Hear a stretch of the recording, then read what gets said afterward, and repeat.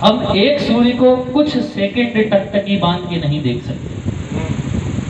देख लिया तो आपकी आंखों का रेटिना जल जाएगा, बहुत तेज है और आपका दर्शन मुझे नहीं हो पा रहा है। तो भगवान ने अर्जुन को दिव्यम ददामि में चक्षु, दिव्य चक्षु दिए, दिव्य नेत्र दिए कि ये नेत्र ले और इनसे मेरा दर्शन कर। अर्थात अर्जुन की आंखों में वो शक्ति दी, वो ऊर्जा दी, जिससे अर्जुन ने भगवान का दर्शन किया। बाद में रात भर दुखी हुआ कि भगवान को पहचान नहीं सका। भगवान उस बालक के रूप में मेरे समीप आए थे, मुझसे कह रहे थे और कुछ चाहिए तो मांग ले, मैं भगवान से उन्हीं को मांग लेता,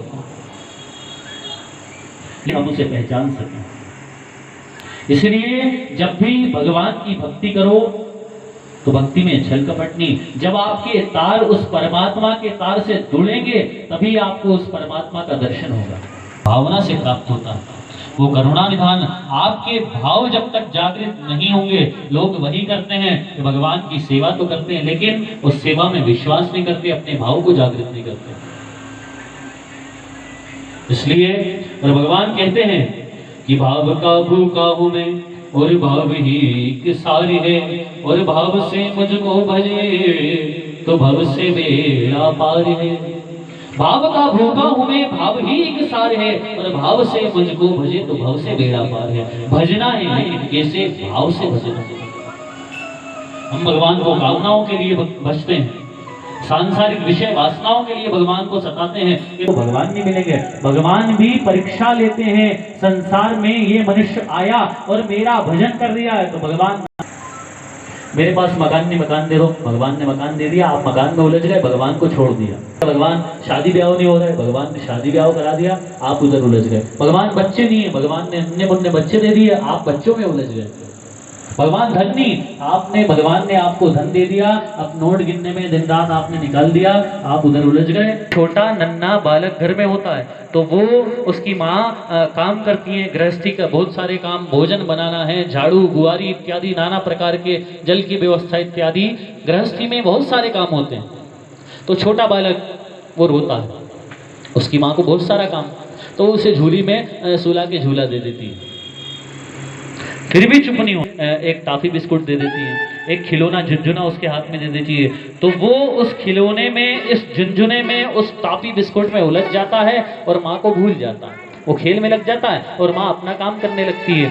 तो जिस प्रकार एक माँ को संसार में, घर में, गृहस्थी में नाना प्रकार के कार्य होते हैं और एक गृहस्थी में काम करने होते, भाई साहब बहुत काम होता है, उसी प्रकार जो बहुत सारे काम है तो वो आपको प्रपंचों में उलझा देगा। और बिस्कुट दो तो चुप नहीं, खिलौने पटक दो उसके सामने तो चुप नहीं होता। आखिरी में माँ को मजबूर होकर उसको अपनी गोद में उठाना पड़ता है, अपना स्तनपान कराना पड़ता है, फिर जाके वो उसको चुप होता है, उसको एहसास हो जाता है कि मैं अब अपनी माँ की गोद में हूँ।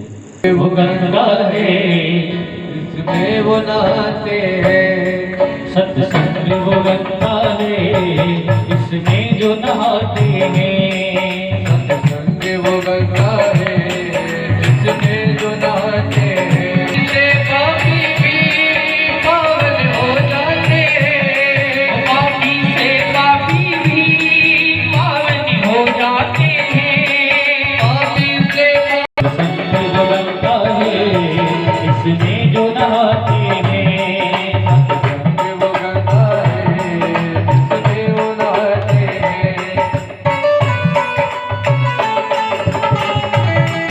ऋषियों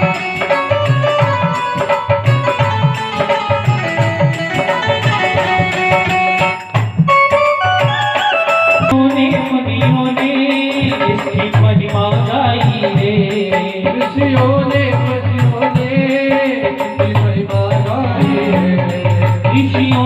मुनियों ने इसकी महिमा गाई है।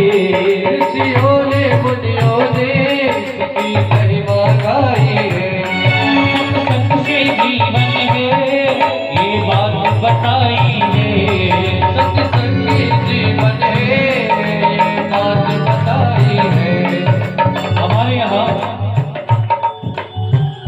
ऋषि मुनि हुए, ऋषियों ने मुनियों ने इसकी महिमा गाई है, गाय की सत्संग की। सत्संग से जीवन है, जीवन गाय से है, सत्य के संग से, परमात्मा के संग से, ठाकुर के संग से। सत्संग से जीवन है, ये बात बताई।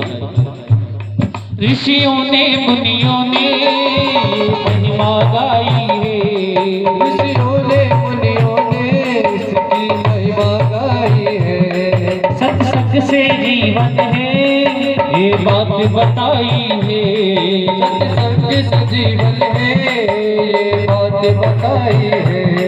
सब वेद बताते हैं, सब ग्रंथ बताते हैं, सब वेद बताते हैं, सब ग्रंथ बताते हैं। पापी से पापी भी पावन हो जाते हैं, पापी से पापी भी पावन हो जाते हैं। सत्संग वो गंगा है, इसमें जो नहाते हैं, सत्संग वो गंगा है, जिसमें वो नहाते हैं। पापी भी पावन हो जाते हैं, पापी से पापी भी पावन हो जाते हैं। वो गंगा है, इसमें जो नहाते हैं, सत्संग वो गंगा है, जिसमें वो नहाते हैं। सत्संग वो गंगा है, इसमें जो नहाते हैं।